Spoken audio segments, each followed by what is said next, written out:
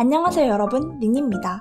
오늘은 한국 회사와 미국 회사의 고용부터 해고까지 어떤 차이가 있는지 쭉 비교해 볼게요. 한국 회사는 제 경험, 주변 이야기, 검색을 바탕으로 구성했습니다. 미국 회사는 아직 경험이 거의 없으니 주로 검색이나 주변 이야기들을 참고했어요. 그러다 보니 영상에서 확신을 가지고 말하기는 조심스러워서 한국 회사는 꽤 상세하게, 미국 회사는 매우 간단하게 설명이 될 것 같아요. 자, 그럼 채용부터 알아볼까요? 먼저 한국 대기업은 공채가 있죠? 서류 전형에서는 해당 회사에 맞는 이력서, 자기소개서 등을 제출해야 합니다. 회사마다 다른 질문을 하죠. 서류에서 붙으면 인적성 시험을 봅니다. 이 부분이 한국 회사의 특이한 점이라고 생각하는데요. 보통 인적성은 직무랑 크게 관련이 없고 굳이 비교하면 수능 시험 같은 느낌이기 때문이죠. 한 학교를 통으로 빌려서 지원자들이 시험을 보고요. 1교시, 2교시 등이 있고 저도 아침부터 오후까지 4시간인가 시험을 봤던 것 같아요. 언어, 수학, 한자, 역사, 시사상식 등 과목도 다양합니다. 또 인적성 대비 온라인 강의, 문제집도 회사별로 이렇게 다양하죠. 실제로 2021년 잡코리아와 알바몬 통계에 따르면 취준생 58%가 인적성 검사 준비 중이라고 하네요. 문제 예시를 몇 개 볼까요? 재미있는 건 제가 회사 다닐 때 주말에 추가 근무 수당 받고 인적성을 지원해서 본 적이 있어요. 재미있을 것 같고 돈도 받고 좋네 하고 지원했는데 아침 9시부터 저녁 6시까지 진짜 빡세게 쉬는 시간도 거의 없이 엄청나게 많은 문제들을 풀었습니다. 문제 난이도도 쉽지 않다 보니까 그날 집에 가서 머리가 너무 아파서 두통약까지 먹었어요. 아무튼 기업에서는 이렇게 현업 사원들의 점수 결과를 보고 난이도 조정을 합니다. 코로나가 시작되고 나서는 인적성이 없어지거나 다른 방식으로 대체되거나 문제도 조금 바뀌었다고 들었어요. 인적성이 통과되면 직무면접, 인성면접 등 면접 단계로 갑니다. 그리고 이때 직무면접은 진짜 지원하는 직무랑 관련이 있어요. 면접관님도 보통 현업에서 해당 업무를 하는 분이죠. 여기까지 다 통과를 하면 이제 합격입니다. 혹은 채용 연계형 인턴의 경우 이 모든 과정을 대학교 3학년 2학기가 끝나갈 쯤 진행하고 합격하면 4학년 때 인턴을 하고 인턴에서도 개인 프로젝트를 잘하고 좋은 인상을 주면 4학년 졸업 후 바로 취직이 됩니다. 저도 그렇게 취업을 했고요. 아무튼 이렇게 다 같이 한 번에 합격하고 신입사원끼리 연수도 같이 가고 교육도 같이 받다 보니 동기들끼리 엄청 친해질 수밖에 없는 환경이죠. 그런데 최근에는 한국에서도 공채가 많이 없어지는 추세라고 하더라고요. 또 대기업 말고 다른 곳들은 원래도 수시, 상시 채용을 많이 하기도 했고요. 반면 미국은 대기업도 공채라는 개념이 없죠. 결혼에 따라 그때그때 수시, 상시 채용을 합니다. 서류 전형은 본인 직무 능력을 보여줄 수 있는 원페이지 레주메만 쓰면 됩니다. 해당 회사만을 위한 레주메가 아니라 제 이력이기 때문에 같은 레주메를 여러 회사에 지원할 수도 있죠. 그래서 한국보다 더 많은 기업에 지원하기에도 부담이 덜한 것 같아요. 제가 인턴 지원할 때도 보면 자기소개서나 왜 이 회사에 지원하는지 에세이를 써야 하는 회사가 거의 없었어요. 서류가 통과되면 직무에 따른 능력이 요구되는 시험이나 면접을 봅니다. 코딩 테스트도 여기에 해당되겠죠? 면접에서도 직무에 요구되는 지식을 주로 물어보고 이 사람이 실력이 있는지 철저히 검증합니다. 우리나라처럼 인성 면접은 잘 없는 것 같아요. 또 한국은 여러 명이 한 번에 면접을 보는 경우도 많은데 미국은 거의 1대1 면접이에요. 여러 명이 면접 보는 건 지원자들끼리 토론하는 걸 보려는 피쉬볼 인터뷰 때문인 경우밖에 없고 이마저도 되게 드물다고 합니다. 다음으로 호칭을 볼게요. 한국에서는 직급에 따라 호칭이 달라지는 수직 문화 형태입니다. 옛날에는 사원, 대리, 과장, 차장, 부장, 기업 경영자 등의 순이었는데 5년 전쯤부터는 사원, 선임, 책임으로 호칭 단계를 줄이는 추세였죠. 최근에는 수평 문화를 더 지향하기 위해 땡땡님, 땡땡씨라고 부르거나 스타트업, 외국계 기업 등에서는 아예 영어 이름도 많이 씁니다. 제가 회사에 처음 들어갔을 땐 사원, 선임, 책임의 호칭이었는데요. 인사팀에서도 회사가 지금 수평 문화를 위해 노력하고 있다고 이 호칭으로 쓰라고 엄청 강조를 했거든요. 그런데 막상 인턴팀에 배치받아 보니 다들 부장님 하는 겁니다. 사실 제가 주의 깊게 누가 누구를 어떻게 부르나 듣지 않으면 부장님인지도 알 수 없었어요. 회사에서 책임이라는 호칭만 부를 수 있도록 모든 곳에서 부장 표기를 없앴거든요. 다른 분들은 원래부터 오래 있으셨으니까 어떤 분이 원래 어떤 호칭이었는지 알아서 그렇게 부르신 거죠. 고민을 하다가 저는 부장님과 책임님을 섞었었어요. 그랬다가 따로 불려갔습니다. 책임은 본인의 위치를 인정하지 않고 깎아먹는 호칭이니 부장을 쓰라고 하시더라고요. 아무튼 한국 기업은 최근 이렇게 호칭부터 기업 문화를 바꾸려는 움직임이 있지만 그걸 받아들이지 못하는 일부 직원들 사이에서 계속해서 마찰이 있기도 합니다. 미국은 이런 건 정말 전혀 없죠. 직위 상관없이 보통 미스터 땡땡, 미스 땡땡으로 서로를 부르는 수평 문화입니다. 이번엔 직원 교육을 볼게요. 한국에서는 입사를 하면 신입사원 교육을 받아요. 대기업들은 다들 이를 위한 연수원도 따로 있는데요. 거기에서 한 달 정도 숙박을 하며 우리 회사가 어떤 회사인지, 회사 역사도 배우고 노래도 배우고 유명한 상품과 서비스 등도 배워요. 삼성은 이 기간에 애사심이 폭발하고 흔히 파란피에 물든다고 하죠.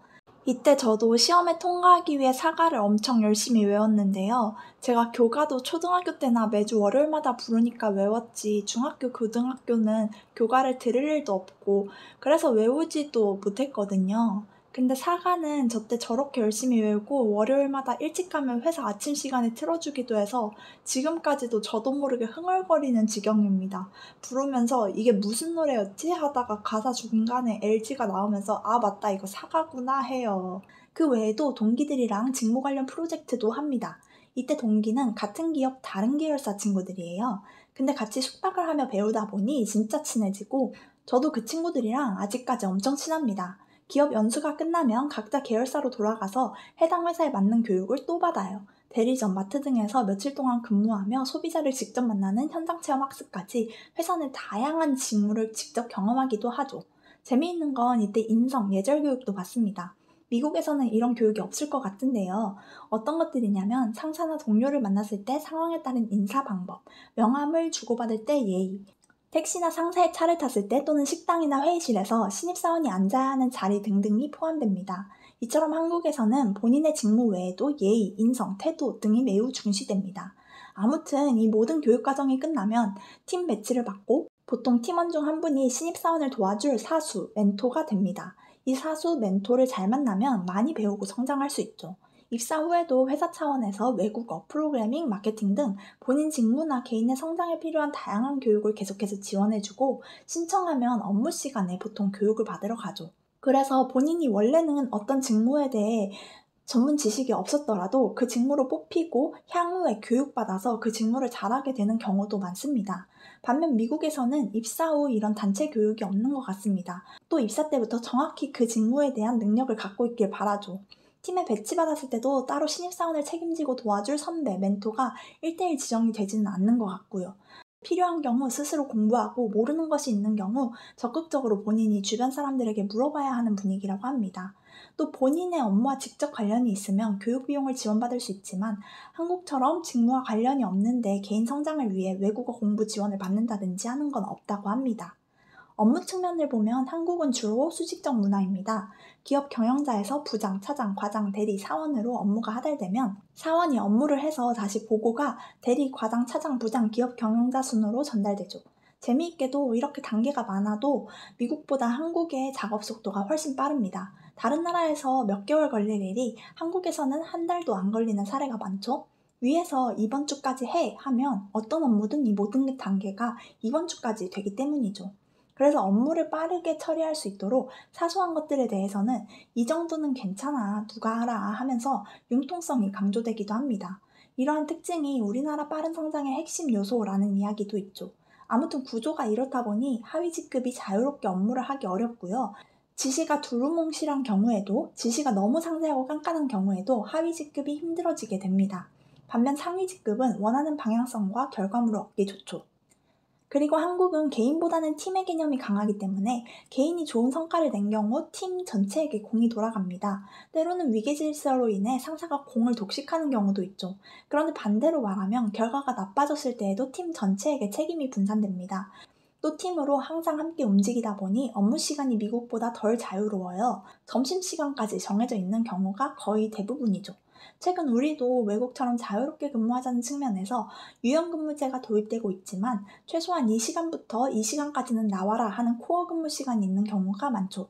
예전에 비정상회담 프로그램에서도 이거 관련해서 재밌는 사례가 있었죠.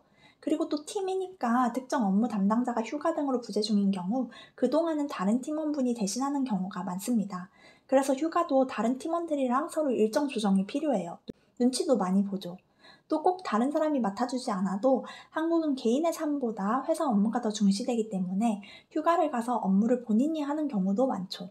요즘 회사들은 다들 사내 메신저가 있지만 퇴근 후나 휴가 중에 카카오톡으로 필요하면 언제든 연락을 잘합니다. 반면 미국은 비교적 수평적인 문화예요.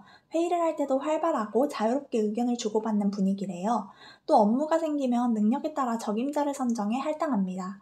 개인이 각자 본인의 업무를 하고 결과물을 내야 하죠. 좋은 결과만 내면 되기 때문에 업무 시간도 자유롭습니다. 대신 어떤 결과가 나와도 본인 책임입니다. 그래서 좋지 않은 결과가 나오는 경우 개인이 책임져야 하는 부분이 크고요. 능력 부족으로 간주되어 향후 업무를 못 받게 될 수도 있다고 합니다. 그러다 보니 예상되는 결과에 따라 서로 일을 떠넘기거나 독차지하려는 모습을 종종 볼 수 있다고 해요. 또 개인의 삶이 회사 업무보다 중시되기 때문에 휴가 사용도 자유롭고 퇴근 후나 휴가 중에 연락하는 경우도 거의 없다고 합니다. 그래서 담당자가 부재 중인 경우 그 업무는 중지됩니다. 누가 대신 해주지도 않죠. 그러다 보니 소비자 입장에서는 일 처리가 늦어져요. 예전에 학교에 뭐 문의할 때도 담당자가 부재 중이라 휴가가 있는 일주일을 기다려야 했어요. 한국 같았으면 다른 사람이 답변해 줄 텐데 너무 불편했습니다. 아무튼 또 법규, 내규, 안정성 등도 프로젝트 진행 전에 철저하게 확인한대요. 돈이나 시간이 들더라도 전문가나 자문업체에 의뢰를 하고요. 지름길이 보이더라도 원리 원칙 위주로 사업을 진행한다고 합니다. 그래서 이러저러한 종합적인 이유로 업무 처리는 한국보다 상대적으로 느립니다. 직급에 따른 업무량을 보면 한국은 업무량과 급여가 반비례한데요. 상위 직급일수록 업무에 책임을 지고 하위 직급을 감독하고 업무 결과물을 정리하는 역할을 하죠. 실제 업무는 보통 하위 직급이 진행합니다. 그러다 보니 상위 직급보다 하위 직급의 퇴근 시간이 늦은 경우가 많고요. 반면 미국은 업무량과 급여가 비례한데요. 상위 직급일수록 업무량이 많고 정시 출퇴근이 어려운 반면 하위 직급일수록 정시 출퇴근이 많고 책임도 급여도 적다고 합니다. 그리고 업무량 관련해서 최근 미국 MZ세대 사이에서는 quiet quitting이라는 신조어가 등장했는데요. 이건 진짜 직장을 그만두는 게 아니라 온 열정을 쏟아붓지 않고 직장에서 요구하는 딱 그만큼 필요한 만큼만 일을 하는 거예요. 2022년 6월 갤럽 설문에 의하면 18세 이상 직장인의 50%가 quiet quitting의 경향을 보이고 있고 35세 미만에서 이 경향이 더 심하다고 하네요. 한국에서도 사람들이 점점 더 워라밸에 관심이 많아지고 회사보다는 개인의 삶을 중시하는 경향이 있기 때문에 아직 이런 단어가 있진 않지만 이런 현상은 있지 않을까요?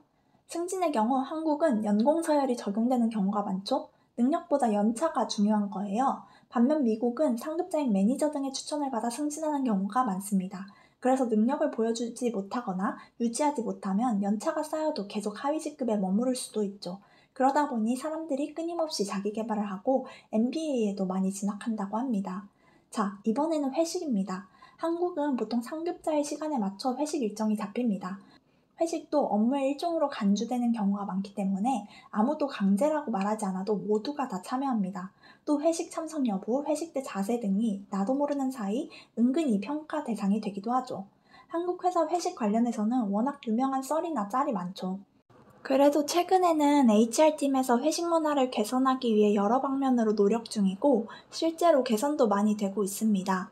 예를 들어 119 원칙이라고 있는데요. 한 가지 술로 1차까지만 9시까지 라는 의미예요. 한 가지 술 1차까지는 아니지만 이거는 직원들도 다양한 술을 마시고 여러 곳에 가고 싶어하는 심리가 반영된 거고 9시까지는 무조건 지켜줍니다.